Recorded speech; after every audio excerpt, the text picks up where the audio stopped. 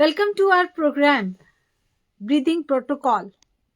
एक hot sensation आज की डेट में बना हुआ है ब्रीदिंग प्रोटोकॉल। इसके बारे में जब आप इंटरनेट पर स्टडी करते हैं या सोशल मीडिया पर कोई पोस्ट देखते हैं तो ऐसा लगता है कि तकरीबन हमारी सभी समस्याओं का समाधान हमारी श्वास में, हमारी ब्रीदिंग में छुपा है। यानी कि our breathing holds the all kind of solutions for all disturbances and troubles of our lives। अपने सभी क्वेश्चंस का आंसर हम अपनी ब्रीदिंग के थ्रू ही पा सकते हैं और इसीलिए अब CCT-19 टूल इसको डेवलप किया है प्रोफेसर अश्विनी जी ने, जो कि IISc बेंगलोर के एक ग्रेजुएट हैं, एम्बेडेड टेक्नोलॉजी के एक्सपर्ट हैं, टेक्नोलॉजी के इनके नाम से जाने जाते रहे हैं और हम सब उन्हें जानते हैं नवीन समय चक्र के जनक यानी कि फादर ऑफ टाइम के थ्रू, जिन्होंने डेसिमल बेस्ड टाइम सिस्टम देकर भारत को फिर से विश्व गुरु की सीट पर स्थापित किया था। यानी कि उनके इस डेसिमल बेस्ड टाइम सिस्टम की वजह से जो उनका जो योगदान था साइंस और टेक्नोलॉजी की फील्ड में, मेडिकल के क्षेत्र में, एस्ट्रोलॉजी के क्षेत्र में, एस्ट्रोनॉमी के क्षेत्र में, उनके इस योगदान की वजह से ऐसा कहा गया कि अब भारत फिर से विश्व गुरु की सीट पर बैठ सकता है। ये साल 2006 की बात है, 15 जुलाई 2006, और उसके बाद से लगातार प्रोफेसर अश्विनी जी और उनकी टीम अपने कई संस्थाओं के माध्यम से लगे हुए हैं ऐसे सिस्टम्स डिजाइन करने में, ऐसे प्रोग्राम्स बनाने में जिनके द्वारा हम हर प्रकार से अपनी लाइफ को इम्प्रोवाइज कर सकते हैं। उसके हर एक डायमेंशन में आप लंबा जीना चाहते हैं तो एक सॉल्यूशन अवेलेबल है, आप हेल्दी रहना चाहते हैं तो भी सॉल्यूशन अवेलेबल है, अपनी वर्किंग एफिशिएंसी इंप्रूव करना चाहते हैं तो again there is a system available. अगर आप अपनी एलिजिबिलिटी इंप्रूव करना चाहते हैं, यानी कि अपनी किस्मत इंप्रूव करना चाहते हैं या अपनी समझ इंप्रूव करना चाहते हैं, तो अगेन आपके लिए एक सिस्टम तैयार है। डिजिटल टेम्पल्स की सीरीज ऑलरेडी लग चुकी है और ये सफर अभी भी चल रहा है। आइए आज जानते हैं CCT-19 टूल के बारे में, जो कि प्रोफेसर अश्विनी जी की लेटेस्ट गिफ्ट है मैनकाइंड को, ह्यूमन मैनकाइंड को, और इसी टूल के बारे में हम उनसे जानकारी लेंगे आज के इस प्रोग्राम में। हम आशा करते हैं कि प्रोफेसर अश्विनी जी जल्दी ही हमारे साथ जुड़ेंगे इस प्रोग्राम में। तो सबसे पहले हम ये जान लेते हैं कि हम लाइफ से चाहते क्या हैं। एवरी सिंगल पर्सन का एक ही मकसद है जीवन से कि मुझे हैप्पीनेस मिले। अपनी अपनी हैप्पीनेस की डेफिनेशंस हैं, अपने अपने बेंचमार्क्स हैं और उनको अटेन करने के लिए हमारे पाथ भी अपने अपने हैं। लेकिन एक बहुत बड़ा फैक्टर जो रोल प्ले करता है वो है हमारी किस्मत, यानी कि हमारी डेस्टिनी। कई बार हम ऐसा मान लेते हैं कि हमने पूरा एफर्ट किया फिर भी ये काम नहीं हो पाया, शायद भगवान की ये इच्छा नहीं थी। मैसेज करना है उनको, शायद भगवान की ये इच्छा नहीं थी, यानी कि हमारी किस्मत में नहीं था कि हमें ये मिले। अब मैं अपनी किस्मत को कैसे बदलूं, मैं अपनी डेस्टिनी को कैसे चेंज करूं? नेचुरल सी बात है, भगवान delivers desire to deserving devotee, यानी कि अगर मैं डिजर्व करती हूँ तो प्रकृति की तरफ से, भगवान की तरफ से, ईस्ट की तरफ से, आप जो नाम उसको देना चाहें, सुप्रीम की तरफ से मुझे वो जरूर मिलेगा। यानी कि जैसा मैं डिजर्व करती हूँ वैसा मैं पाऊंगी जरूर। ये तो हमें श्री कृष्ण ने गीता के माध्यम से बताया ही था और आज इस पृथ्वी पर तकरीबन हर मनुष्य इस कॉन्सेप्ट को समझता है कि what ever I deserve I do get that. जो भी मुझे चाहिए मेरे को डिजर्विंग अपने आप को बनाना पड़ेगा। इसीलिए एलिजिबिलिटी का कॉन्सेप्ट बहुत इंपॉर्टेंट कॉन्सेप्ट है। एक अच्छी जिंदगी के लिए एफिशिएंसी बेटर होना नेचुरली बहुत जरूरी है, लेकिन इसके साथ ही एलिजिबिलिटी इंप्रूव करना भी बहुत जरूरी है। ई स्क्वायर्स यानी कि एफिशिएंसी इनटू एलिजिबिलिटी, ये हमें सिखाया है प्रोफेसर अश्विनी जी ने कि ई स्क्वायर अपना इम्प्रोवाइज करना और उसको लगातार मेजर करना, ध्यान रखना कि आपका ई स्क्वायर गिरना नहीं चाहिए, और अगर वो गिर रहा है तो आप उसको उस पे एफर्ट करें, उस पे काम करें। ये बहुत इंपॉर्टेंट है और इसीलिए अपने ई स्क्वायर को इम्प्रूव करने के लिए भी हमें कुछ सिस्टम्स दिए गए हैं। जितने भी सिस्टम्स हमें प्रोफेसर अश्विनी जी ने दिए हैं या उनकी टीम ने हमें जो दिए हैं, निश्चल टेम्पल्स में जो प्रोसीजर्स बताए जाते हैं, इसमें सबसे इम्पॉर्टेंट जो पैरामीटर है वो है हमारा ब्रीदिंग। यानी कि अपनी ब्रीदिंग को हम स्लो करके, अपनी ब्रीदिंग को हम करेक्ट करके, अपने ब्रीदिंग प्रोसीजर को हम ठीक करके अपनी लाइफ को बेहतर कर सकते हैं, अपनी एलिजिबिलिटी और एफिशिएंसी को इम्प्रूव कर सकते हैं, अपनी हेल्थ को मेंटेन कर सकते हैं। ये अंतिम स्टेप नहीं है, ये टोटल सिस्टम नहीं है, लेकिन ये सिस्टम का एक इंटीग्रल पार्ट है, एक बहुत इंपॉर्टेंट स्टेप है। अपनी ब्रीदिंग को स्लो करते हुए उसको इतना आप सूक्ष्म करते चले जाइए कि आपका श्वास ही आपके लिए मेडिसिन का काम करने लगे। Convert your breath into medicine. अब ये कैसे होगा? वसुदेव धाम से आएंगे, फोन कर लो। तो अब ये कैसे होगा कि हम अपनी ब्रीदिंग को इम्प्रोवाइज करें, स्लो करें। तो आप देखेंगे एक ऐशो सांस, इसके बारे में आपको बहुत इन्फॉर्मेशन मिलेगी इंटरनेट पे। एक श्याम सुखरानी जी हैं सूरत से, वो फिलहाल इसकी ट्रेनिंग दे रहे हैं। मैं आपको ब्रीदिंग का एक डेमो दे सकती हूँ, स्लो ब्रीदिंग का डेमो, जिसके द्वारा हम ये समझ सकते हैं कि अपनी सांस को किस प्रकार से हमें धीमी गति से भरना है और धीमी गति से छोड़ना है। इसका बेनिफिट क्या होगा?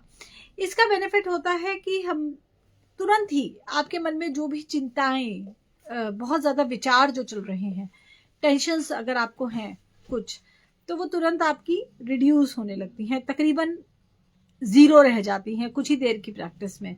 इसका दूसरा बेनिफिट ये है कि अगर आपको किसी तरह का डाइजेशन इशू है, आपको ब्लोटिंग हो रहा है, एसिडिटी हो रहा है, आप खाने को डाइजेस्ट नहीं कर पा रहे हैं, तो तुरंत ही आप उस खाने को डाइजेस्ट करना शुरू कर देते हैं, यानी कि आपका डाइजेशन एफिशिएंसी इमीडिएटली इंप्रूव होने लगता है। तो you start feeling better right from the moment you start this practice. इसका सबसे इंपॉर्टेंट पार्ट ये है। उसके बाद अगर आप समाधि की अवस्था को प्राप्त करना चाहते हैं तो आपको इस प्रैक्टिस को करना है। अगर आप अपनी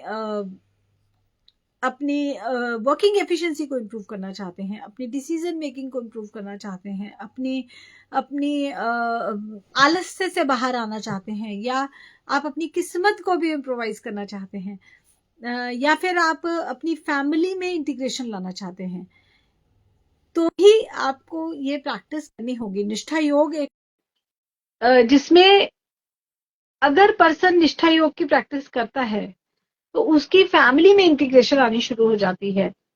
जैसे हम योगा अपने लिए करते हैं, उसी तरह से योग हम अपने परिवार के लिए करते हैं। प्रणाम अश्विनी जी, आपका बहुत बहुत स्वागत है। मैं अभी अपने व्यूअर्स को सीसीटी टूल के बारे में बता रही थी, उसमें मैंने थोड़ा सा ब्रीदिंग की इंपॉर्टेंस के बारे में बताने की कोशिश की है। ऑब्वियस सी बात है कि जो एक्सपर्ट है उनसे अगर हम इस सब्जेक्ट को समझें तो वो ही बेस्ट होगा। तो अश्विनी जी, मैं आज ये आपसे जानना चाहती हूँ कि ये जो CCT19 टूल आपने वर्ल्ड बुक फेयर में इसको लॉन्च किया है, इसको पब्लिक के सामने रखा है, CCT19 टूल, जिसको आप कोहेरेंस कोफिशिएंट टूल के नाम से कह रहे हैं, ये इतना डिफिकल्ट सा नाम रखना जरूरी था क्या? सबसे पहला सवाल मेरा आपसे यही है कि what exactly this means, coherence coefficient tool, क्या करता है आपका ये टूल? जी, ये एक ऐसा टूल है जो असल में क्या है कि आज की तारीख में जो मेनली हमारी समस्याएं आ रही हैं, खासकर यंग जनरेशन को, वो भी फीमेल जनरेशन को, मतलब लड़कियों को इतना ज्यादा कंफ्यूजन हो गया है बेचारियों को कि उनको ये नहीं पता कि उनके पास स्ट्रेंथ क्या है, नेचर ने उनको क्या क्या दिया है, कितनी स्ट्रेंथ दी है और उसको मेंटेन कैसे करें, वो है क्या। और टीनेजर लड़कों को भी प्रॉब्लम तो बहुत सारी हैं ही, उनको ये समझ में आ नहीं रहा कि मतलब I don't know whether they are confused because of environment और they are confused because so much of information is available and they are not able to filter it out, और their education is something is missing in the education. मुझे reason समझ में आ नहीं रहा है कि आ नहीं रहा था. मतलब पुरानी बात है, 2002 2003 4 की बात कर रहा हूं मैं. तो हमें ये समझ में आ नहीं रहा था कि यंगर जनरेशन को क्या हो गया है.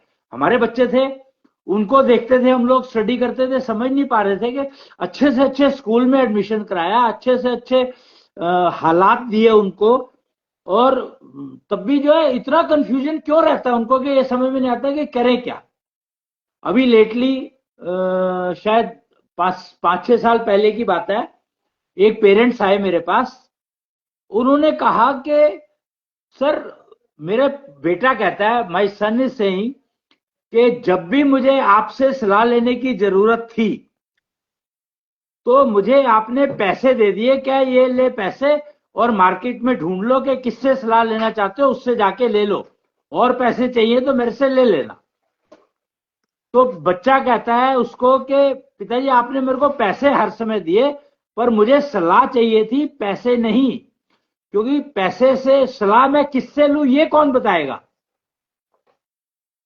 तो वो एफर्ट जो पेरेंट्स ने नहीं करी, जो पेरेंट्स की सबसे बड़ी गलती मानता हूं मैं इस बारे में. अब ये पेरेंट्स की गलती उनके पेरेंट्स की वजह से हुई या किस कारण से हुई मैं नहीं कह सकता, पर पेरेंट्स की गलती यही रही कि उन्होंने हर चीज को पैसे से कंपनसेट करने की कोशिश की. समस्या ये हो गई कि बच्चों को जो चाहिए वो पैसे से खरीदने की एक टेंडेंसी डेवलप हो गई बच्चों में. और बच्चों को ये पता नहीं लगा, पैसे तो आ गए उनके पास, पर किससे कंसल्ट करें, किससे सलाह ले, ये कहां से पता लगेगा, ये कौन गाइड करेगा. और इस सिलसिले में चलते चलते हम लोग ये जो हेल्थ का सेक्टर देखा, हेल्थ में इतने सारे इश्यूज हैं, इतनी सारी समस्याएं हैं. तो ये हर समय हर जगह पर अफरा तफरी मची हुई है. विदेश गए, यूएस विजिट किया, यूरोप विजिट किया, मतलब we have travelled across the world, and me and my wife, हम दोनों ने ये समझने के लिए कि प्रॉब्लम क्या है.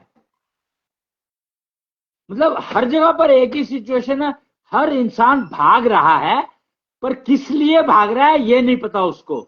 आसमान गिर जाएगा, किसी ने एक अफवाह, एक स्टोरी आती है कि किसी ने अफवाह फैला दी कि आसमान गिर रहा है, तो उससे बचने के लिए भाग रहे हैं. क्या ये संभव है? भाई आसमान अगर गिर रहा है तो आप जहां भी जाओ, आसमान गिर रहा है तो सब जगह गिरेगा ही. तो लोगों को कोहरे को, एक फॉग होती है, एक प्रोडक्ट है फॉग, नेचुरल प्रोडक्ट है, जो कि गिरता हुआ दिखाई देता है. उसमें लगता है जैसे बादल गिर रहा है. वो कहते हैं बादल फट गया, बादल गिर रहा है. तो बादल को ही लोगों ने आसमान समझ लिया और ये समझा कि यार बादल गिर रहा है, आसमान गिर रहा है, तो बचने के लिए भागो.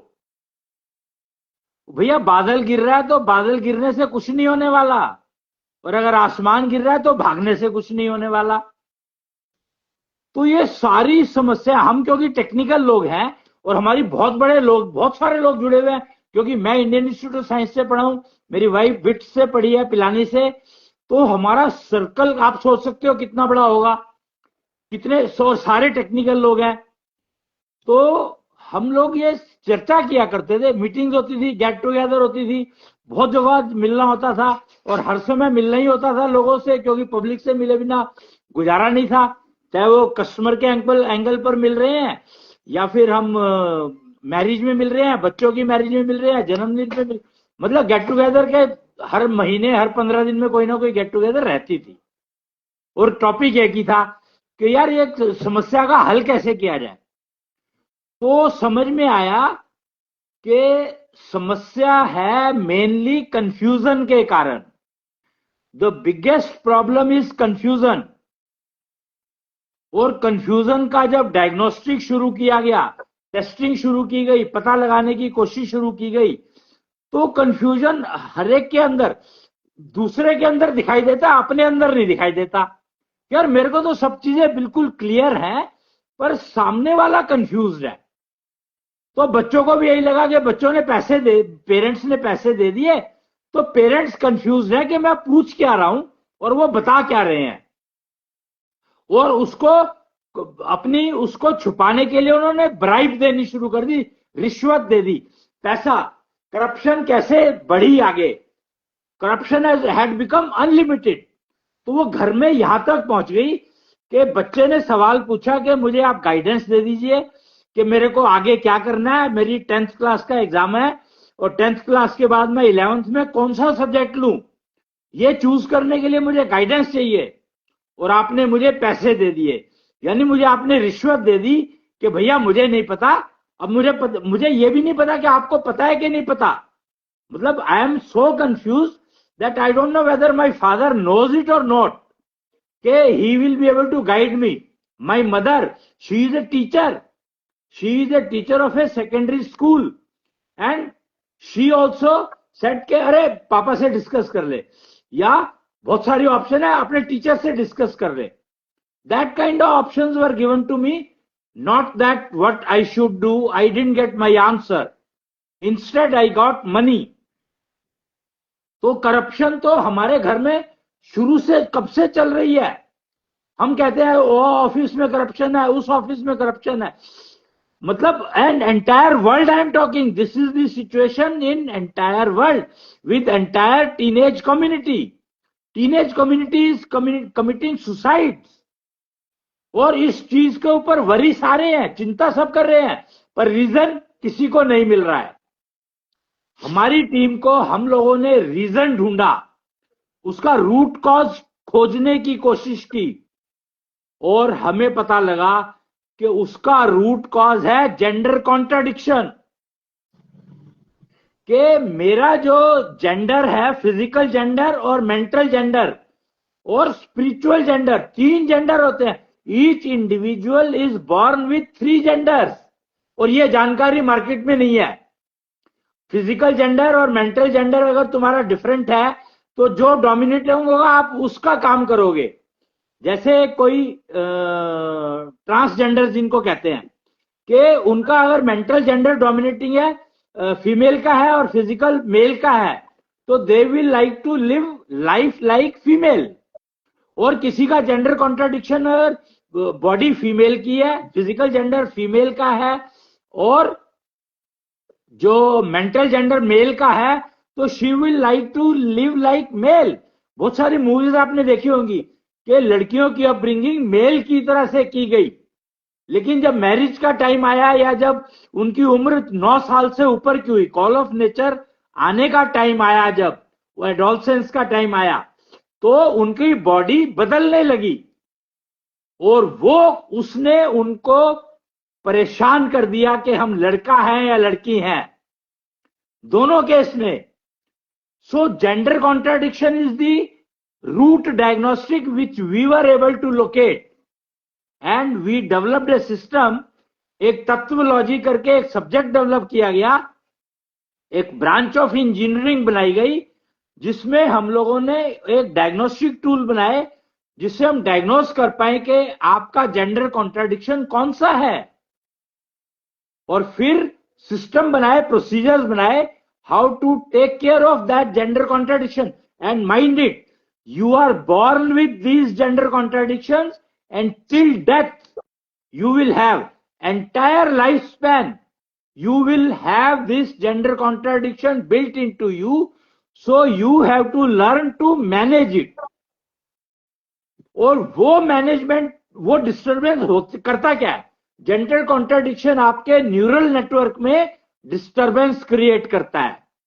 आपको पता नहीं मालूम है कि नहीं मालूम है, न्यूरल नेटवर्क का, neural network of the body, human body, इसको अगर आप समझेंगे तो सबसे पहले आपका जो वो आएगा, नाम आएगा मन और बुद्धि, माइंड एंड ब्रेन।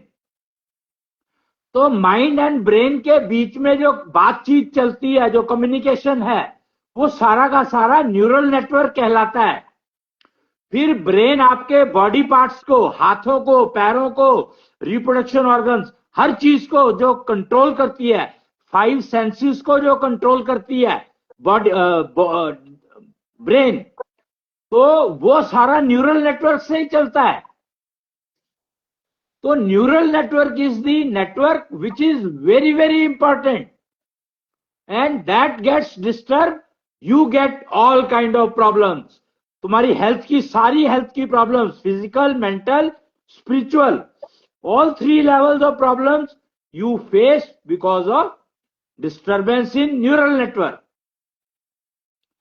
तो उस न्यूरल नेटवर्क में जो डिस्टरबेंस है और उसी को कोहेरेंट कोफिशिएंट से नापा जाता है. 10 min उसका यूनिट है, 10 min, TENMIN. एक्चुअली ये हिंदी का शब्द था तन मिन. तन मतलब मेरा तन और मेरा मन, तो पर इसको अंग्रेजी में लिखते हैं तो ये 10 min कहलाता है. तन मन, हिंदी में कहेंगे तो तन मन कह सकते हैं इसको, पर स्पेलिंग है TEN10MIN मिन. ये इसकी यूनिट है. हिंदी में तन मन यूनिट कह सकते हो आप इसको, और अंग्रेजी में 10 min. तो यूनिट क्योंकि अभी तक कॉन्सेप्ट चला रहा है, एक ही यूनिट होती है, तो we are calling it 10 min and it is reflecting the coherence in your neural network. और उसको इंप्रूव करने के लिए टूल बनाया गया CCT19. वाई 19? 19 मीन्स एक्चुअली आप अगर देखेंगे तो 19 तारीख से आपकी राशि बदलने लगती है. हमने एस्ट्रोलॉजी को भी इंक्लूड किया इसके अंदर, बिकॉज न्यूरल नेटवर्क के लिए astrology is a very important phenomena which you have to understand. Astrology and तत्वोलॉजी, these two subjects are driving the neural network of the human beings. तो इसलिए 19 हमने इसलिए लिया क्योंकि 19 से सूर्य उत्तरायण में जाना शुरू होता है. दक्षिण से उत्तर की तरफ सूर्य दिशा बदलनी शुरू करता है. 19, 20, 21 3 दिन लगते हैं सूर्य को डायरेक्शन बदलने में. तो 19, 20, 21 इसीलिए राशि आपकी, जब भी आप देखोगे जितने भी ये जोडियक साइन बदलते हैं वो आपके 20 तारीख को बदलते हैं. तो 19 means the change of direction starts, इसीलिए 19 नंबर मॉडल नंबर रखा गया इसका. और CCT means coherence coefficient tool. So because it is use to practice to enhance your coherence coefficiency, यानी आपके न्यूरल नेटवर्क की वर्किंग एफिशिएंसी को इंप्रूव करता है, कोहेरेंस में लाता है. जी.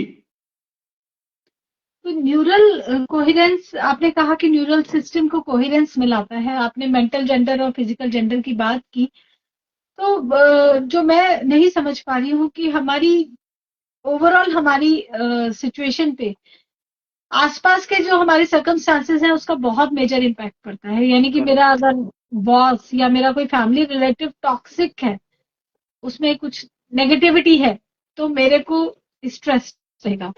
सिमिलरली अगर हमारी पॉजिटिव थिंकिंग नहीं है तो ऑब्वियसली हम स्ट्रेस में रहेंगे. जी. तो जो अभी तक के जो फैक्टर्स हैं, जैसे कि आर्ट ऑफ लिविंग हमें सिखाया जाता है, पॉजिटिव थिंकिंग के बारे में बात की जाती है, क्या वर्क प्लेस पे एनवायरनमेंट कितना टॉक्सिक है और कितना हेल्दी है, इसके बारे में बात होती है. ये सारी चीजों को कैसे कवर अप कर पाएगा ये एक टूल में, ये समझ नहीं पा रही. नहीं, मतलब एक एक्सटर्नल फैक्टर्स को कैसे जी जी जी जी हैंडल करें. देखिए, इसमें एक टूल नहीं है, ये एक पहला टूल है. ये जो बनाया गया है ये पहला टूल है. ये आप देख सकते हैं. अगर मैं इसको ऑन करूंगा तो ये आपको डिस्प्ले दिखाई दे रहा होगा, और यहां पर एक बटन है लगा हुआ, ये चलाते हैं तो ये काउंट बढ़ाता है जी. तो ये पहला टूल है. ऐसे से करीब करीब 50 टूल बने हैं.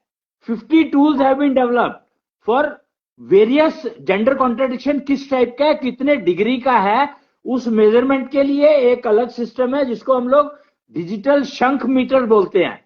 वो मेरे पास अभी है नहीं आपको दिखाने के लिए, पर वो हम लोग यूज करते हैं मेजरमेंट करने के लिए कि कितनी डिग्री का जेंडर कॉन्ट्रडिक्शन है आपके अंदर, कौन सा जेंडर कॉन्ट्रडिक्शन है और कितने डिग्री का है.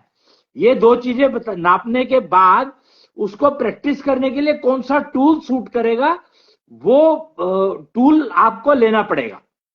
आप समझे फर्क कि जेंडर कॉन्ट्रडिक्शन की डिग्री, और आपने आर्ट ऑफ लिविंग बताया, लिविंग आर्ट ऑफ लिविंग चलता है। आर्ट ऑफ लिविंग में they are training you to live, manage with the disease. जैसे आपको शुगर, डायबिटीज हो गई है, तो you should learn to live with diabetes. जी They are all management diseases. We call them management diseases. So we learn to manage that disease by adjusting the timing of the dose and the quantity of the dose. जी So as suggested by the physician. So I am not going into that. We are trying to get into manage your neural network inside. ये जो management है ही है, management ही, but we are trying to, what we are trying to do, we are trying to work on art of living, not living. There are two concepts, one is art of living and one is art of living. तो one art of living में you are train to live with the pollution. से कि pollution ज्यादा है तो कोई बात नहीं, उससे आप कैसे मैनेज कर सकते हो, अपने आप को कैसे ठीक कर सकते हो, या पॉल्यूशन को कम करने की कोशिश तो चल ही रही है। In the meantime you learn to live with it, that is art of living. And when we are talking of art of living, तो what we are saying is that you learn to leave your wastage so that your coherence improves, your confusion reduces. जो coherence में disturbance causes confusion. तो हम लोगों ने chapter, अलग chapter शुरू किया, मैनेजमेंट इसमें भी है, मैनेजमेंट उसमें भी है। इसमें सिर्फ फर्क है कि we are managing the cleanliness and there you are managing the living style to live with the pollution. You understand the two difference. Pollution is caused by the wastage. तो we are working on right now art of living में, we are working with the pollution of outside environment pollution, whereas when we are talking of art of living, so we are talking of pollution inside the body. So two concepts, outside body, inside body. So what we are talking is inside body, and inside body mein neural network is the most important network we have, which is connected with your thought, decision making and decision implementation. एक ना गीता का concept को यहां पे हमें समझना पड़ेगा कि गीता ने कहा है कि आप कर्म के ऊपर ध्यान दो, और हम लोगों ने श्रम के ऊपर ध्यान देना शुरू कर दिया। श्रम मतलब मेहनत, कर्म मतलब डिसीजन मेकिंग। एक्चुअली काम एक शब्द है, आपने सुना होगा, कर्म और काम, ये दो शब्द है। काम करना मतलब इंप्लीमेंट करना, और कर्म करना मतलब डिसीजन लेना कि मुझे ये कर्म करना है। What to do, how to do, दो चीजें हो गई ना। एक व्हाट टू डू इज कर्म and how to do is काम। तो ये दो शब्दों को समझना होगा। हम लोग जो काम कर रहे हैं वो कर्म पर कर रहे हैं, और जो आर्ट ऑफ लिविंग वाले काम कर रहे हैं वो हाउ टू पर काम कर रहे हैं। जी मीन्स आप कर्म की बात कर रहे हैं, न्यूरल नेटवर्क, न्यूरल सिस्टम हमारा, और इसको कोहेरेंस में लाना, सिंक्रोनाइजेशन में लाना, इस पर ये टूल काम करेगा। जी जी। तो अर्चना जी, ये मेरा शायद आज का लास्ट सवाल है, क्या आपके पास कोई केस स्टडी है कि किसी ने इस तरह के टूल को यूज किया है, इस तरह का प्रैक्टिस को किया है, तो कैसे उसकी लाइफ में कुछ इम्प्रूवमेंट आया है, बेनिफिट्स आए हैं? अरे ये एक्चुअली हम लोग इस तरह इस पे स्टडी तो बहुत दिनों से चल ही रही है, सालों से चल रही है। 2004 से हम लोगों ने काम शुरू किया था। तो पहले शंख मीटर डायग्नोस करने के लिए, सबसे पहले तो हमें डायग्नोस करने के लिए सिस्टम बनाने पड़े। तो उसमें हमारे करीब 10-12 साल लग गए उसको टेस्ट करने में। फिर उसके बाद हमें मीटर बनाए जिससे हम टेस्ट कर पाएंगे कितने डिग्री का डिफरेंस है, उसमें 10-12 साल लग गए। तो प्रैक्टिस टूल जो है, अभी आपने जैसे बताया, आपने जहां देखा था, वो that was the first day when we declared this tool in the market. इससे पहले हमने टेस्ट स्टडी करी है। तो टेस्ट स्टडी के रिजल्ट ये आए हैं कि उनकी अपनी डिसीजन मेकिंग इतनी इंप्रूव हो गई है कि अब वो पेरेंट्स से सवाल पूछते नहीं है, उनको बताते हैं कि जी हमें ये करना है। आप फर्क समझ रही हैं? ये तो आजकल की जनरेशन का, अब आप इसे अच्छा गुण कहेंगे या दुर्गुण कहेंगे मुझे नहीं पता, कि they don't ask for anything, they नहीं जस्ट नहीं, decide it and is do. Not that. नहीं, I am talking about, see there are two type of generation available now. I can now say that there are two type of generations available. One is conventional living, one is digital living. So the tool which we have tested on, we are talking about digital living, and the what you are talking is conventional living. अब मैं दोनों में difference बताता हूं आपको कि जैसे Google या एआई, गूगल एआई दो जो सब्जेक्ट है मेन चल रहे हैं। गूगल को कन्वेंशनल माना जाता है, पर एआई भी कन्वेंशनल है, बिकॉज गूगल का जो काम था उसको एआई ने मॉडिफाई किया। जैसे गूगल एक बार में आपको 10 रिजल्ट देता है। मान लो 100 आपने कोई क्वेश्चन पूछा, उसे क्वेरी की, तो उसने लोकेट करके 2 पेज के रिजल्ट बता दिए। एक पेज में शायद 20 होते हैं, तो 200 रिजल्ट इट गेव। हाँ जी। 200 रिजल्ट में अब हमें ये देखना है कि भैया मेरे को कौन सा लेना है 200 में से। हाँ जी। तो एआई जो है, अब एआई क्या करता है, उसके ऊपर जो एआई का जो वो बनाया गया है एक मेकओवर, कि एआई 200 में से 20 ढूंढ के दे देगा आपको। आपसे 10 तरह के सवाल पूछेगा और फिर आपको वो उसमें से 200 में से 20 दे देगा। अब 20 में से एक कौन सा, ये चूज करने के लिए आपको अपना न्यूरल नेटवर्क ही यूज करना पड़ेगा। आपका neural network is very very important, because AI will not take responsibility of your decision.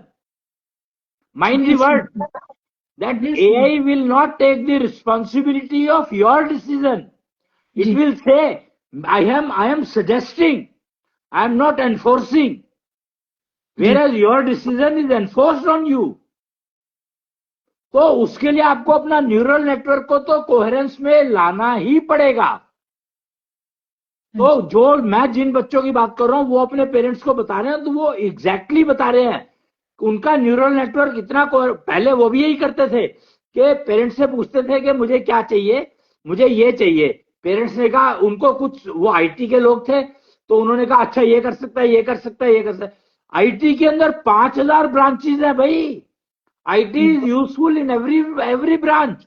आप सिविल कर लो, आप मैकेनिकल कर लो, आप इलेक्ट्रिकल कर लो, आर्किटेक्ट कर लो, आप होम्योपैथी कर लो, एलोपैथी कर लो, इलेक्ट्रोपैथी कर लो, एस्ट्रोपैथी कर लो, तत्वपैथी कर लो,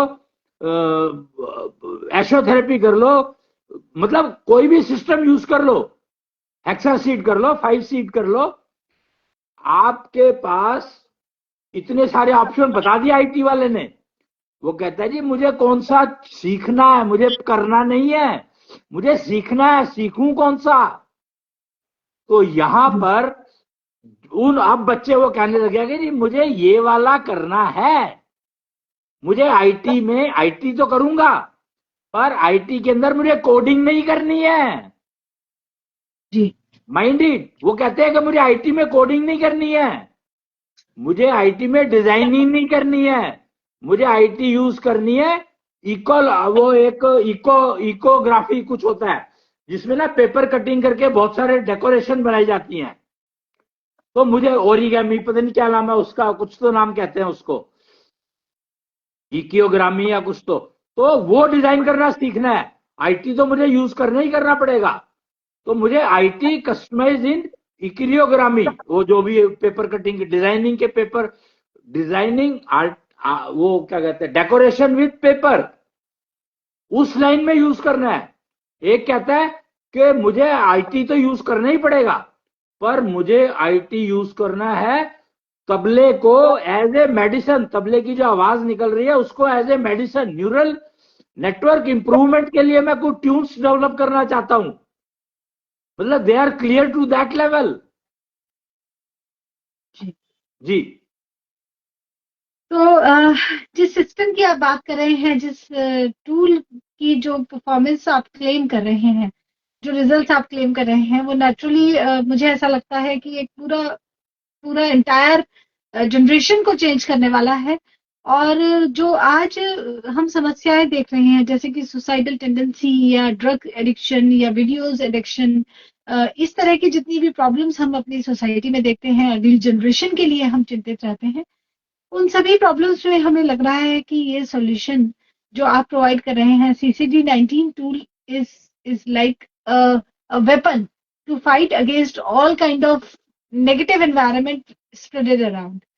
तो अश्विनी जी, एक यहाँ आपका पर मैं ये एक बात कहना चाहूंगा कि we are not changing generation, we are just trying to introduce a digital lifestyle. It is just a lifestyle. If you shift to this lifestyle, if you adopt this lifestyle, you can rest assured that your career will be perfect. You will choose the activity only which suits you best. अपना gender contradiction अगर आप समझ लेंगे तो फिर आप definitely confusion में से अपने आप को निकाल पाएंगे, ये पक्का है. So this is a confusion free lifestyle. Digital living is a confusion free lifestyle. That is the only thing which I would like to make with the on your platform for the society. जी. बहुत ही सुंदर आपने एक concept दिया, confusion free society, digital living का जो आप आधार बता रहे हैं. 6019 टूल अपने आप में एक ऐसा हथियार है जो हमें शायद हम सब की जरूरत है आज के इस. मेरे ख्याल से इसको हथियार कहने की बजाय एक हेल्पिंग टूल कहा जाए तो ज्यादा बेटर रहेगा. ओके, तो ये एक हेल्पिंग टूल है जिससे हम अपनी न्यूरल नेटवर्क को, अपने न्यूरल सिस्टम को कोहेरेंस में ला सकते हैं, रख सकते हैं. तो अश्विनी जी, आज के लिए इतना ही. बहुत बहुत धन्यवाद आपका. जी, प्रणाम. आपने सुना न्यूरल नेटवर्क, यानी कि जो हमारा दिमाग का काम करने का तरीका है उसको न्यूरो सिस्टम कहा जाता है.